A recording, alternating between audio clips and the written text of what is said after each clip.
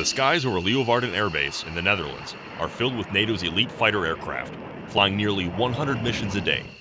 This activity is all part of Frisian Flag 16, named after the northernmost region of the Netherlands, which hosts this annual exercise.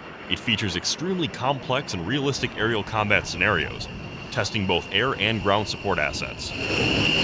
Frisian Flag is a NATO exercise. There's about 8 countries here right now, flying about 50 airplanes at a time in the exercise airspace, and it's a defensive counter-air, offensive counter-air exercise where we get to integrate all of our capabilities kind of across NATO and get familiar with how everybody operates. Frisian Flag brought together partner nations with several different fighters, from the F-16, the F-15, the F-18, the Eurofighter, and the Mirage. Learning to operate with a wide range of airframes wasn't the only challenge. This one is one of those large force deployment exercises in a relatively compact but very controlled environment that Netherlands and the Dutch present to everyone in Europe as well as the United States.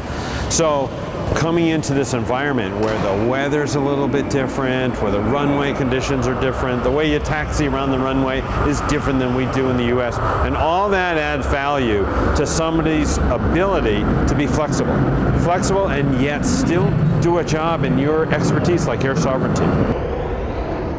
It was this flexibility that allowed the pilots to work in cooperation with their various international allies and execute missions at peak efficiency. NATO is a standard, and everybody operates under pretty much the same exact rules of engagement, so integrating has been very smooth.